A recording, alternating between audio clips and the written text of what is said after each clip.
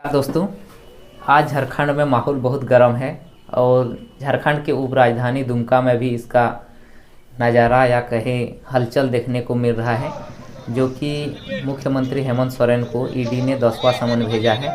और इसी के विरोध में झारखंड के जो जेएमएम के कार्यकर्ता हैं वो आए दिन विरोध करते आ रहे हैं और विरोध कर रहे हैं।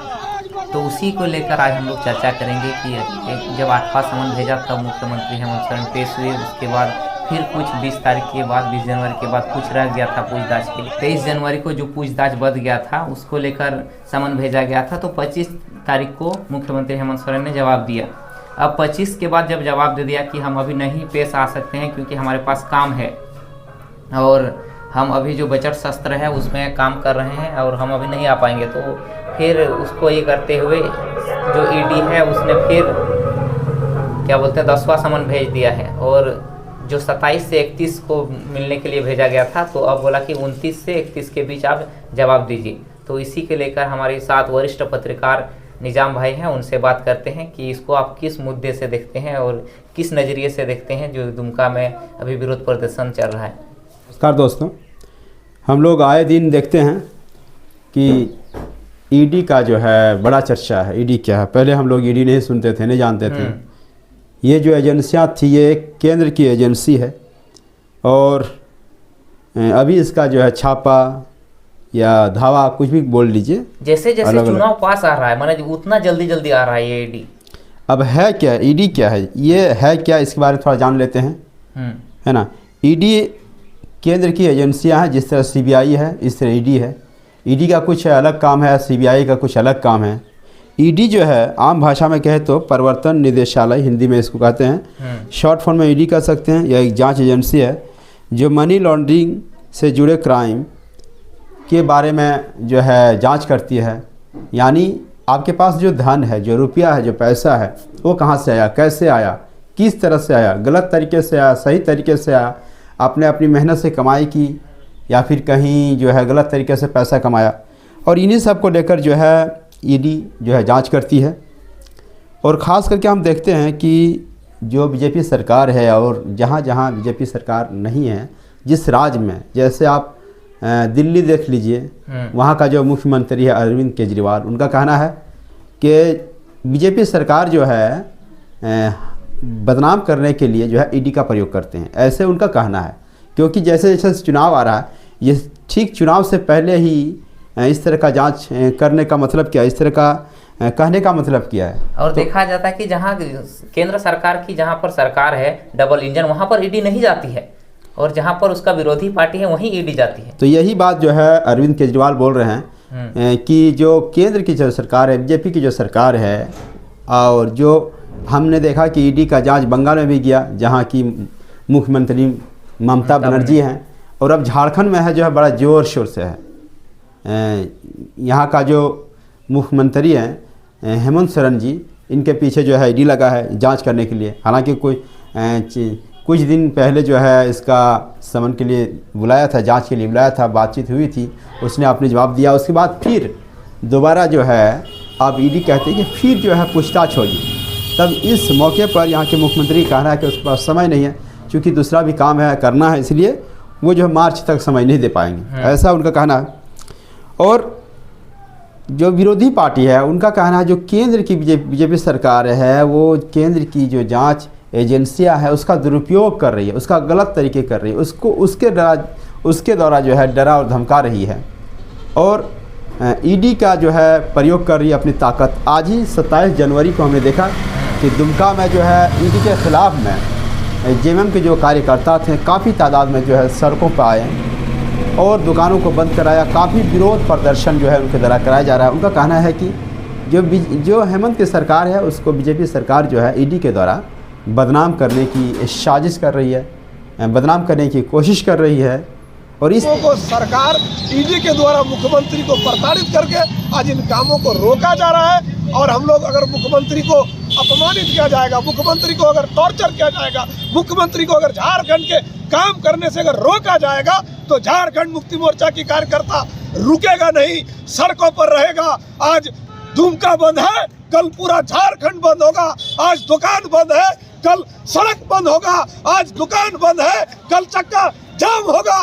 मुख्यमंत्री को अगर छेड़छाड़ हुआ तो झारखंड मुक्ति मोर्चा कभी बर्दाश्त नहीं करेगा। हम सड़कों पर उतरेंगे, विधानसभा से लेकर लोकसभा तक हम लोग पर इसका विरोध करेंगे। हम लोग छोड़ने वाले नहीं है, इसलिए कि मुख्यमंत्री गरीबों का दर्द को समझते हैं, मुख्यमंत्री गरीबों का काम कर रहे हैं, मुख्यमंत्री यहाँ के 3.25 करोड़ लोगों का काम कर रहे हैं। और ऐसे मुख्यमंत्री को आज विकास का काम करने से रोक रहा है केंद्र की सरकार, उसकी केंद्र एजेंसियां, और मुख्यमंत्री को अपमानित कर रहा है। इसीलिए ये दुमका बंद किया गया है। आज हम लोग रोड पर है। इस तरह का जो है इल्ज़ाम वो लोग लगा रहे हैं, और उन लोगों का कहना है कि अगर इस तरह ईडी जो है अपना काम करे तो जेएम जो कार्यकर्ता हैं उनका विरोध प्रदर्शन जो है जारी रहेगा। इससे कुछ दिन पहले हमने देखा पाकुड़ में भी इस तरह का जो है विरोध प्रदर्शन जेएम कार्यकर्ता के द्वारा किया गया था। और अब जो है झारखंड में है, और चुनाव भी जो है लोकसभा का चुनाव हम देखेंगे बहुत नज़दीक है, बहुत ज़्यादा दूर नहीं है। तो उनका कहना है कि ये जो है राजनीतिक तरीके से हो रहा है, क्योंकि अगर हम सिंपल से एक बात कर लेते हैं कि जो गलत तरीके से विधायक हो, मंत्री हो, उसके जो सही तरीके या गलत तरीके से पैसा आता या नहीं आता है उसकी बात करते हैं। हम जब सर्च करेंगे तो देखते हैं कि विधायक का बहुत ज़्यादा पेमेंट नहीं है, 30-40 हज़ार रुपया पेमेंट है, या पूरा भत्ता को अगर हम मिला देते हैं तो लगभग 1.5 से 2 लाख पर मंथ जाता है उसका जो। तो हम मान लेते हैं कि एक एमएलए का जो है, एक विधायक का जो है, जो उसका सैलरी है, जो उसका कमाई है, जो उसका पैसा है लगभग 2 लाख। हम एक साल में मान लेते हैं 24 लाख, 12 दूनी 24, 25 लाख मान लेते हैं। हम 5 साल में उसका जब कैलकुलेशन करते हैं उसके पैसे का, तो हमको लगभग 125 यानी 1 करोड़ 25 लाख जो है उसको पैसे कमाई होता है, जो भी है। लेकिन उस 1 करोड़ 25 लाख में उसका खर्च भी है, गाड़ी भत्ता है, एरिया में घूमता है, उसका है, उसका अपना है, उसका पढ़ाई लिखाई है, घर द्वार है, बहुत सारा चीज़ होता होगा। और जब इलेक्शन आता है तो सूत्रों के अगर हम माने तो 1.5 करोड़ लगभग खर्च हो जाता है, यानी 25 जो लाख है एक्स्ट्रा खर्च हो जाता है। 1 से 1.5 करोड़ का जो रुपया है वो इलेक्शन में खर्च हो जाता है। तो सवाल पैदा होता है जो पैसे जो इतना है वो आया कहाँ से? इनका सैलरी ही जो है, हम नॉर्मल बात करते हैं ना, बीजेपी का बात करते हैं ना, जेएम का बात करते हैं, हम सब की बात करते हैं। तो अब एक दूसरा फंडा आ जाता है यहाँ पे, उसका फंडा ये आता है कि चंदा लोग देते हैं। तो चंदा देते क्यों हैं इसकी भी जांच होनी चाहिए। जो बंदा लोग चंदा दे रहा है, कोई ठेकेदार है, कोई इसका मतलब यही है ना कि जो विधायक है, जो मंत्री है, गलत तरीके से उसको फ़ायदा पहुंचाते होंगे, गलत तरीके से उसको कोई जो है ठेका दिलाता होगा, रोड का है, पुल का है, या किसी का है, तभी तो वो चंदा देता है। उन्हें चंदा देने का मतलब क्या है? कोई अपने पॉकेट से बेकार में किसी को क्यों देगा? तो ईडी को कम से कम इसकी भी जांच करनी चाहिए कि जो चंदा आ रहा है वो कहाँ से आ रहा है, कितना आ रहा है, तभी तो क्राइम रुकेगा। और जो उसकी सरकार है, जो जेएमएम की सरकार के छोड़कर जो बीजेपी की सरकार है, जो सरकार है राज्य में, उस राज्यों की भी मुख्यमंत्री की जांच होनी चाहिए कि भाई इसका तो 1 करोड़ 25 लाख कमाई ही है। अगर हम जब कोई भी मुख्यमंत्री का या मंत्री का जब उसका बंगला देखेंगे तो, या उसका घर देखेंगे तो आलिशान मतलब कई करोड़ का जो उसका बंगला है, तो वो बंगला या घर आया कहाँ से? जब उसका उतना कमाई ही नहीं है तो ये सब आया था। तो ये सब भी जांच करने की जो है ज़रूरत है, खास करके ईडी को, जब वो जांच ही कर रहे हैं। और सवाल तब नहीं उठेगा जब हर पे जो है बराबर का जांच होगा। जहां बीजेपी की सरकार है वहां भी जांच होनी चाहिए, जहां जेएम की सरकार है वहां भी जांच होनी चाहिए। ईडी अगर निष्पक्ष तरीके से हर जगह अगर जांच करता है तो सवाल नहीं उठेगा। विपक्ष इसीलिए सवाल उठा रहा है कि भाई जो हमारे यहाँ सरकार है, जो हमारी सरकार है, राज्य सरकार, ईडी की जो टीम है, जो छापेमारी टीम है, वो वहीं पे क्यों आ रही है? जो दूसरे राज्य जहाँ उसका सरकार है, जैसे अभी राजस्थान में हो गया, मध्य प्रदेश में हो गया, असम में हो गया, तो वहाँ के मुख्यमंत्री के पास पैसे नहीं है, वहाँ पे जांच क्यों नहीं हो रहा है? 1 से 1.5 करोड़ का अगर मान लीजिए उसका कमाई है तो उससे ज़्यादा तो इलेक्शन में खर्च हो जाता है, सूत्रों का ऐसा कहना है जी। तो और प्रॉपर्टी भी अगर हम बैकग्राउंड देखेंगे तो उस तरह का प्रॉपर्टी है। तो ईडी को चाहिए कि कम से कम उस जगहों में भी जांच करें ताकि जो ऑपोजिशन है वो उस पर जो है यानी जो ब्लेम लगा रहा है, जो दोष लगा रहा है, वो न लग पाए। और सर देखा जाता है कि जो अभी सूत्रों के हवाले से और जानकारी मिलता है कि जो अभी जो हेमंत सरकार का आबू आवास है उससे पीएम या कहे कि केंद्र सरकार डरी हुई है, क्योंकि जो 8 लाख जो पहले देने का था आबू आवास, अभी उसे बढ़ाकर 20 लाख कर दिया गया है। तो अगर 20 लाख आवास ये हेमंत सरकार दे देती है तब तो मोटा मोटी सभी को आवास मिल जाएगा। और कहा जाए कि हर एक से अगर 2-4 वोटर आ जाए तो बहुत सारा वोट मने ये आबू आवास के चलते हेमंत सरकार को मिल जाएगा। तो इसी को मने बिगाड़ने के लिए केंद्र सरकार या हम लोग कहें कि केंद्र की एजेंसियां को जल्दी जल्दी भेज के मुख्यमंत्री हेमंत सोरेन को मने पछाड़ने का काम किया जा रहा है। ये तो ब्लेम लगा रहा है ना, ये तो जेएमएम जो कार्यकर्ता है, जो उसके नेता है, वो लोग ब्लेम लगा रहा है कि हमारा जो मुख्यमंत्री है वो काम करना चाहते हैं, गरीबों का मसीहा है, गरीबों की सरकार है, लेकिन बीजेपी सरकार जो है इसको काम नहीं करना चाहती। इस तरह से जो है वो लोग ब्लेम लगा रहा है। तो वही बात हो गई ना। और एक बात यहाँ पे देखते हैं कि झारखंड में जब हमने ब्लॉक में पता किया तो उनका कहना है कि जो 2 साल से जो पीएम आवास, जो प्रधानमंत्री आवास आता था वो 2 साल से नहीं आ रहा है जी।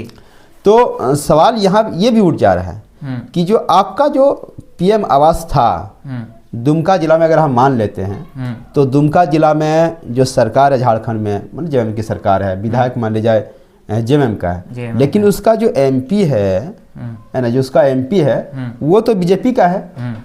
तो दुमका जिला से ही एक ठो ले लेते हैं, या फिर झारखंड में हम देखते हैं कि टोटल लोकसभा सीट 14 है, तो 14 में से 13 तो बीजेपी का है, उसमें एक ही जो राजमहल लोकसभा सीट है उसमें जेएमएम का जो है एमपी है ना। तो यहाँ तो जो झारखंड के जो लोग हैं वो तो ठीक है, झारखंड का सरकार बनाया, लेकिन साथ साथ में जो लोकसभा सीट है वो तो बीजेपी के खाते में है। तो झारखंड का जो आदमी है, झारखंड का जो पब्लिक है, वो भी तो बीजेपी को वोट की है, तभी तो उसका 13 एमपी आया। 13 जो एमपी बन के गया यहाँ से लोकसभा सीट के लिए, तो बीजेपी के खाते में गई। तो जो पीएम आवास थी, लोगों का कहना है कम से कम इसको तो नहीं रोकता, जो गरीब का योजना था इसको तो रोकना नहीं था।